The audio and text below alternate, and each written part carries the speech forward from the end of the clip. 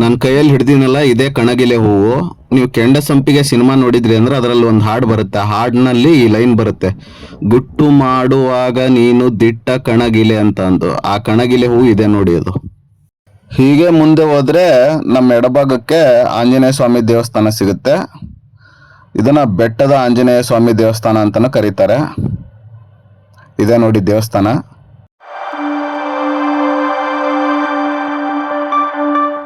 ನಮಸ್ಕಾರ, ಶರಣಾರ್ಥಿ. Welcome back to my YouTube channel. Sunday ಎಲ್ಲಾದರೂ ಹೋಗೋಣ ಅಂತ ಪ್ಲ್ಯಾನ್ ಮಾಡಿದೆ. ಹಾಗಾಗಿ ನಮ್ಮ ಕಜಿನ್ಸು ಹೆಬ್ಬಾಳದಲ್ಲಿದ್ದರು, ಅವ್ರನ್ನ ಕೇಳಿದೆ. ಓಕೆ ಹೋಗೋಣ, ಎಲ್ಲಿಗೆ ಹೋಗೋಣ ಅಂತ ಕೇಳಿದ್ರು. ನಾನು ಅದೇ ರಾಮನಗರ ಸೈಡ್ ಯಾವುದಾದ್ರು ಬೆಟ್ಟಕ್ಕೆ ಟ್ರೆಕ್ ಹೋಗೋಣ ಅಂತ ಹೇಳಿದೆ. ಸರಿ ಆಯಿತು ಹೋಗೋಣ ಅಂದರು. ಎಷ್ಟು ಗಂಟೆಗೆ ಹೋಗೋದು ಏನು ಅಂತ ಎಲ್ಲ ಕೇಳಿದ್ರು. ನಾನು ಅದೇ ಸಂಡೇ ಮಾರ್ನಿಂಗ್ 5 ಗಂಟೆಗೆ ಬನ್ನಿಯಪ್ಪ ವಿಜಯನಗರಕ್ಕೆ, ನಾನು ವಿಜಯನಗರದಲ್ಲಿರೋದು, ಅಲ್ಲಿಂದ ನಾವು 5 ಗಂಟೆಗೆ ಬಿಟ್ಬಿಡೋಣ ಅಂತ ಹೇಳಿದೆ. ಓಕೆ ಸರಿ ಅಂತ ಹೇಳಿದರು. ನಾನು 4:15ಗೆ ಎದ್ದು ರೆಡಿಯಾಗಿ ಕುತ್ಕೊಂಡೆ, ವೇಟ್ ಮಾಡಿದೆ. ಈ ಮಹಾನುಭಾವರು ಬಂದಿರೋದು 6 ಗಂಟೆಗೆ ಬಂದರು. ಅಲ್ಲಿಗೆ ನಂದು 1.5 ತಾಸು ನಿದ್ದೆ ವೇಸ್ಟ್ ಮಾಡಿದರು. ಅಂತೂ ಇಂತೂ ಬಂದ್ರಲ್ಲಪ್ಪ ಅಂದು ಅಲ್ಲಿಂದ ಅಂದರೆ ವಿಜಯನಗರದಿಂದ ಸರಿಸುಮಾರು 6:15ಗೆ ಬಿಟ್ವಿ.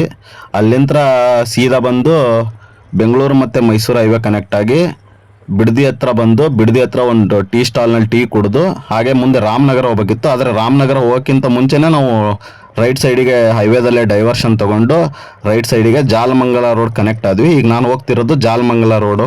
ಇಲ್ಲಿಂದ ಸರಿಸುಮಾರು ನಾವು ಹೋಗ್ತಿರೋ ಪ್ಲೇಸು 15 ಕಿಲೋಮೀಟ್ರ್ ಆಗುತ್ತೆ. ನಾನಿವತ್ತು ಬಂದಿರೋದು ಜಾಲಮಂಗಲದ ಶ್ರೀ ಲಕ್ಷ್ಮೀನಾರಾಯಣ ಸ್ವಾಮಿ ಬೆಟ್ಟಕ್ಕೆ. ಬೆಟ್ಟದ ಮೇಲೆ ಲಕ್ಷ್ಮೀನಾರಾಯಣ ಸ್ವಾಮಿ ದೇವಸ್ಥಾನ ಇದೆ. ನಿಮ್ಮ ಬಲಭಾಗದಲ್ಲಿ ಕಾಣ್ತಿದೆಯಲ್ಲ ಅದೇ ಬೆಟ್ಟ. ಇಲ್ಲಿ ಕೆರೆ ಕಾಣ್ತಿದೆಯಲ್ಲ, ಈ ಕೆರೆಯನ್ನು ಅಣ್ಣಯ್ಯನ ಕೆರೆ ಅಂತ ಕರೀತಾರೆ. ಜಾಲಮಂಗಲದಿಂದ ಸ್ವಲ್ಪ ಮುಂದೆ ಬಂದರೆ ರೈಟ್ ಸೈಡಿಗೆ ಡೈವರ್ಷನ್ ಇದೆ. ಇಲ್ಲೊಂದು ಬೋರ್ಡ್ ಹಾಕಿದ್ದಾರೆ, ನಿಮಗೆ ಕಾಣಿಸುತ್ತೆ ಇಲ್ಲಿ, ಬೆಟ್ಟದ ಶ್ರೀ ಲಕ್ಷ್ಮೀನಾರಾಯಣ ಸ್ವಾಮಿ ದೇವಸ್ಥಾನ. ಇದು ಆಫ್ ರೋಡು, 1 ಕಿಲೋಮೀಟ್ರ್, ಸುಮಾರು 1 ಕಿಲೋಮೀಟ್ರ್ ಆಫ್ ರೋಡ್ ಇದೆ ಇದು. ನಮ್ಮ ಕಜಿನ್ ಮುಂದೆ ಹೋಗ್ತಿದ್ದಾರೆ, ಅಲ್ಲಿ ಅವರು ಹೊಂಡಾ ಆ್ಯಕ್ಟಿವಾದಾಗಿದ್ದಾರೆ. ಫುಲ್ ಆಫ್ ರೋಡ್ ಇದು. ಒಂಥರ ಮಳೆಗಾಲದಲ್ಲಿ ಜಸ್ಟ್ ಜಲ್ಲಿ ಹಾಕಿ ಕೈ ಬಿಟ್ಬಿಟ್ಟಿದ್ದಾರೆ, ಹಾಗಾಗಿ ಭಾಳ ಕ್ರಿಟಿಕಲ್ ಇದೆ ಹೋಗೋದು. ನಮ್ಮ ಎದುರಿಗೆ ಆಲ್ರೆಡಿ ಬರ್ತಿರೋರು ಟ್ರೆಕ್ಕಿಂಗ್ ಮುಗಿಸ್ಕೊಂಡು ಬರ್ತಿದ್ದಾರೆ. ಕಾರ್ನಲ್ಲಿ ಹೋಗೋರಿಗೆ ಸ್ವಲ್ಪ ಕಷ್ಟ, ಬೈಕ್ನಲ್ಲಿ ಹೋಗೋರಿಗೂ ಕಷ್ಟನೇ ಇದು. ನೋಡಿ ಈ ಥರ ಜಲ್ಲಿ ಹಾಕಿ ಕೈ ಬಿಟ್ಟಿದ್ದಾರೆ. ಅದು ಮಳೆಗಾಲದಲ್ಲಿ ಮಳೆ ಬಂದು ಈ ಥರ ಆಗ್ಬಿಟ್ಟಿದೆ ರೋಡು. 1 ಕಿಲೋಮೀಟ್ರ್ ಹೋಗ್ಬೇಕು ಫುಲ್ಲು ಇದೆ ಆಫ್ ರೋಡ್ನಲ್ಲಿ. ಹೀಗೆ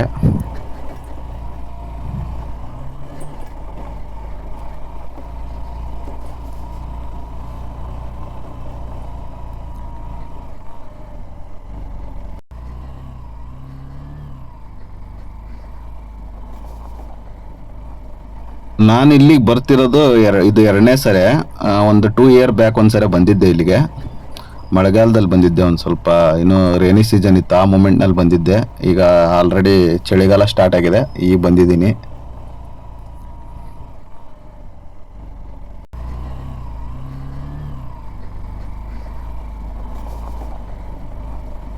ಹೀಗೆ ಮುಂದೆ ಹೋದರೆ ನಮ್ಮ ಎಡಭಾಗಕ್ಕೆ ಆಂಜನೇಯ ಸ್ವಾಮಿ ದೇವಸ್ಥಾನ ಸಿಗುತ್ತೆ.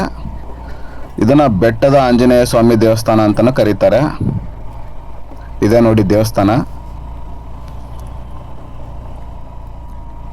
ನಾ 2 ಇಯರ್ ಬ್ಯಾಕ್ ಬಂದಾಗ ರೋಡ್ ಚೆನ್ನಾಗೇ ಇತ್ತು. ಈ ಸರಿ ಅದಕ್ಕಿಂತ ಖರಾಬ್ ಮಾಡಿಟ್ಟಿದ್ದಾರೆ ರೋಡ್ನ.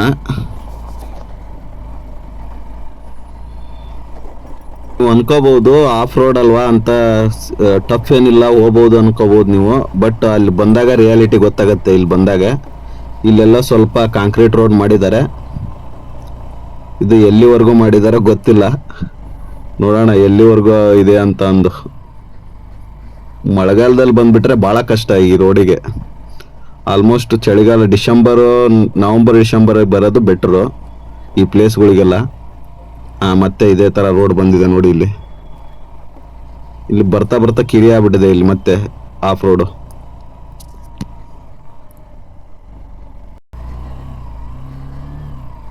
ಇನ್ನೇನು ನಿಯರೇ ಇದ್ದೇವೆ, ಬೆಟ್ಟದ ನಿಯರೇ. ಇನ್ನೊಂದು 300 ಮೀಟ್ರ್ 200 ಮೀಟ್ರ್ ಆಗ್ಬೋದೇನಪ್ಪ.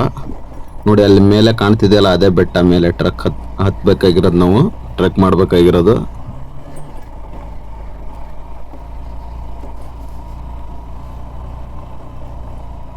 ಮೇಲೆ ಬಂದಂಗೆ ಈ ರೋಡ್ ಇನ್ನೂ ಇದೆ. ಇಲ್ಲಿ ಸಣ್ಣ ಪುಟ್ಟ ಗಾಡಿಗಳು, ಹೊಂಡಾ ಆಕ್ಟಿವಾ ಈ ಥರದ ಗಾಡಿಗಳೆಲ್ಲ, ಸ್ಕೂಟಿಗಳು ಬರೋಕ್ಕೆ ಆಗಲ್ಲ. ನಮ್ಮ ಕಜಿನ್ಸ್ ಹೆಂಗೆ ಬರ್ತಾರೋ ಏನೋ, ಹಿಂದ್ಗಡೆ ಇದ್ದಾರೆ ಅವರು. ಇಲ್ಲಿಗೆಲ್ಲ ಬರಬೇಕು ಅಂದರೆ ನನ್ನ ಪ್ರಕಾರ ನವಂಬರ್ ಡಿಸೆಂಬರ್ ಒಳ್ಳೆ ಟೈಮು. ಇತ್ಲಾಗ ಮಳೆಗಾಲದಲ್ಲೂ ಬರ್ಬೋದು, ಈ ತೀರಾ ಬೇಸಿಗೆಗಾಲದಲ್ಲೂ ಬರ್ಬೋದು. ಚಳಿಗಾಲದಲ್ಲಿ ಬಂದರೆ ಬೆಸ್ಟು. ಇನ್ನೇನು ಬೆಟ್ಟದ ನಿಯರ್ ಇದ್ದೇವೆ ನಾವು. ಕೆಳಗೇನೆ ಕಾರು ಅಥವಾ ಬೈಕ್ ಬಿಟ್ಟು ಬರ್ತವೆ ಅಂತ ಅಂದರೆ ಒಂದು ಸ್ವಲ್ಪ ಕಷ್ಟ ಆಗುತ್ತೆ. ಯಾಕೆ ಅಂದರೆ ಅಲ್ಲಿಂದ ಇಲ್ಲಿಗೆ ಬೆಟ್ಟದ ಬುಡಕ್ಕೆ ಬರೋಕೆ 1 ಕಿಲೋಮೀಟ್ರು, ಮತ್ತು ಬುಡದಿಂದ ಬೆಟ್ಟದ ಕೆಳಗಿನಿಂದ ಮೇಲೆ ಬೆಟ್ಟ ಹತ್ತಬೇಕು ಅಂದರೆ 1 ಕಿಲೋಮೀಟ್ರು, ಒಟ್ಟು 2 ಕಿಲೋಮೀಟ್ರ್ ಟ್ರೆಕ್ ಆಗುತ್ತೆ ನಿಮಗೆ. ಸೊ ಹಾಗಾಗಿ ನೀವು ಆಲ್ಮೋಸ್ಟ್ ಮೇಲೆ ಬೈಕ್ ತೊಗೊಂಬಂದ್ರೆ ಬೆಸ್ಟು. ಬೆಟ್ಟದ ಪಕ್ಕ ಬುಡಕ್ಕೆ ತಗೊಂಬಂದು ನಿಲ್ಸ್ಕೊಳೋದು ಬೆಸ್ಟು ನನ್ನ ಪ್ರಕಾರ. ಇನ್ನು ನೈಟ್ ಕ್ಯಾಂಪ್ ಹಾಕೋರಾದರೆ ಇಲ್ಲಿ ಪಕ್ಕಕ್ಕೆ ತಂದು ನಿಲ್ಸ್ಕೊತಾರೆ, ಆಲ್ಮೋಸ್ಟ್ ಬೆಟ್ಟದ ಪಕ್ಕನೇ. ಇನ್ನೇನು ನಿಯರ್ ಇದ್ದೇವೆ ನಾವು, ಬೆಟ್ಟದ ನಿಯರು.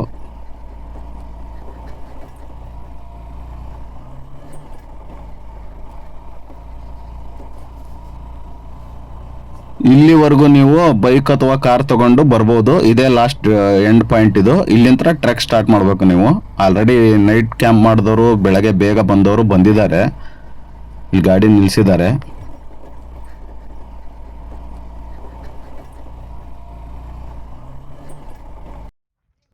ಈಗ ಸಮಯ 8:30. 8:30ಕ್ಕೆ ಈ ಥರ ವಾತಾವರಣ ಇದೆ.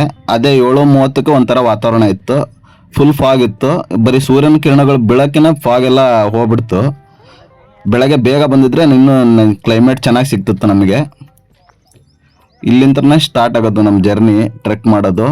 ಇಲ್ಲಿ ಮೆಟ್ಲುಗಳು ಮಾಡಿದ್ದಾರೆ. ಲಾಸ್ಟ್ ಟೈಮ್ ಬಂದಾಗ ನಾನು ಮೆಟ್ಲುಗಳು ಇರಲಿಲ್ಲ, ಒಂದು ಬಂಡೆ ಮೇಲೆ ಹತ್ಬೇಕಿತ್ತು. ಈ ಸಲ ಮೆಟ್ಲುಗಳೆಲ್ಲ ಮಾಡಿದ್ದಾರೆ.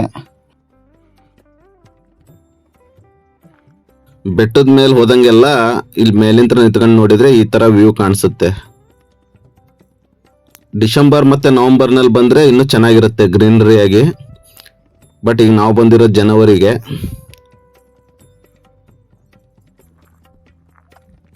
ಮೊದಲನೇ ಸಾರಿ ಟ್ರೆಕ್ ಮಾಡ್ತಿರಲ್ಲ ಅವರಿಗೆ ಈ ಪ್ಲೇಸು ಬೆಸ್ಟ್ ಪ್ಲೇಸು ಟ್ರೆಕ್ ಮಾಡೋಕ್ಕೆ. ಏನೇ ಇಲ್ಲ ಅಂದರೂ 1-1.5 ಕಿಲೋಮೀಟ್ರ್ ಅಷ್ಟೇ ಟ್ರೆಕ್ ಡಿಸ್ಟೆನ್ಸ್ ಇರೋದು. ಹಾಗೆ ಒಂದು 45 ಮಿನಿಟ್ಸ್ ಒಳಗೆ ಮೇಲಿರ್ತೀರ. 45 ಆಗಲ್ಲ ನನ್ನ ಪ್ರಕಾರ, 30 ಮಿನಿಟ್ಸ್ನಲ್ಲಿ ಆಗುತ್ತೆ. 30 ಮಿನಿಟ್ಸ್ನಲ್ಲಿ ಮೇಲೆ ಟಾಪ್ನಲ್ಲಿ ಇರ್ತೀರ.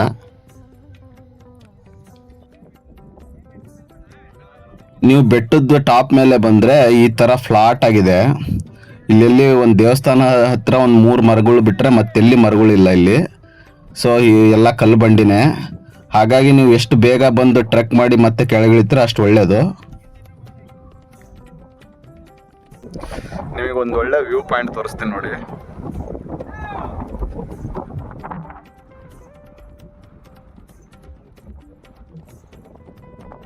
ನಾವು ಬೆಳಗ್ಗೆ ಬೇಗ ಬಂದಿದ್ರೆ ಇನ್ನೂ ವ್ಯೂ ಚೆನ್ನಾಗಿ ಕಾಣಿಸ್ತಿತ್ತು.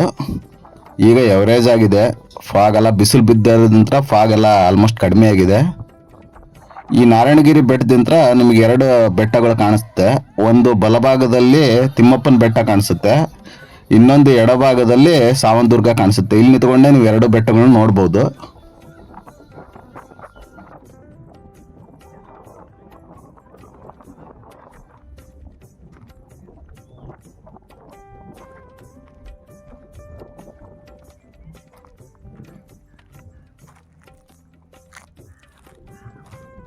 ನಾನು ಅಲ್ಲೆಲ್ಲ ವ್ಯೂ ನೋಡಿಕೊಂಡು ಈಗ ದೇವಸ್ಥಾನ ಸನಿಹದಲ್ಲಿ ಬಂದಿದ್ದೀನಿ. ಈ ಬೆಟ್ಟದ ಮೇಲಿರೋ ದೇವಸ್ಥಾನ ಇದೆ, ಬೆಟ್ಟದ ಶ್ರೀ ಲಕ್ಷ್ಮೀನಾರಾಯಣ ಸ್ವಾಮಿ ದೇವಸ್ಥಾನ, ನಾರಾಯಣಗಿರಿ ಬೆಟ್ಟ, ಜಾಲಮಂಗಲ ಅಂತ ಹಾಕಿದ್ದಾರೆ ನೋಡಿ ಇಲ್ಲಿ.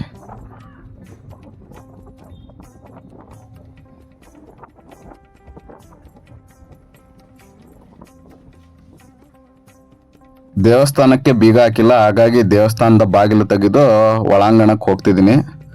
ಇದು ದೇವಸ್ಥಾನದ ಒಳಾಂಗಣ. ದೇವಸ್ಥಾನದ ಗರ್ಭಗುಡಿಯ ಮುಂಭಾಗದಲ್ಲಿ 2 ವಿಗ್ರಹಗಳಿದವು. ಅದು ಯಾವುದು ಅಂತ ನನಗೆ ಮಾಹಿತಿ ಇಲ್ಲ. ಬಲಭಾಗದಲ್ಲಿ ಮತ್ತು ಎಡಭಾಗದಲ್ಲಿ. ಇದು ದೇವಸ್ಥಾನದ ಗರ್ಭಗುಡಿ ನೋಡಿ, ಇಲ್ಲಿ ಕಾಣಿಸುತ್ತಲ್ಲ, ಇದೇ ಬೆಟ್ಟದ ಶ್ರೀ ಲಕ್ಷ್ಮೀನಾರಾಯಣ ಸ್ವಾಮಿ ದೇವರು. ಇನ್ನೂ ದೇವರ ಪೂಜೆ ಆಗಿಲ್ಲ ಅನ್ಕೊಂತೀನಿ. ದೇವಸ್ಥಾನದ ದರ್ಶನ ಮಾಡ್ಕೊಂಡು ಹೊರಗೆ ಬಂದರೆ ಕಾಣೋದೇ ದೀಪದ ಕಂಬ. ಇದು ಪೂರ್ವಜರ ಕಾಲದಿಂದಲೂ ಎಲ್ಲ ದೇವಸ್ಥಾನದ ಎದುರಿಗೆ ಈ ದೀಪದ ಕಂಬಗಳು ಇದ್ದೇ ಇದೆ. ನಿಮ್ಮ ಎದುರಿಗೆ 3 ಮರಗಳು ಕಾಣಿಸುತ್ತಲ್ಲ, ಇದು ಕಣಗಿಲೆ ಹೂವಿನ ಮರಗಳು. ಇವು ನೀವು ನೋಡಿರ್ತೀರ ಕಣಗಿಲೆ ಹೂವನ್ನ. ಹಳದಿ ಕಲರಿಂದು ಹೂವು ಇರುತ್ತೆ. ನಾ ತೋರಿಸ್ತಾನೆ ಇದು ಯಾವ ಥರ ಹೂವು ಅಂತ ಅಂದು.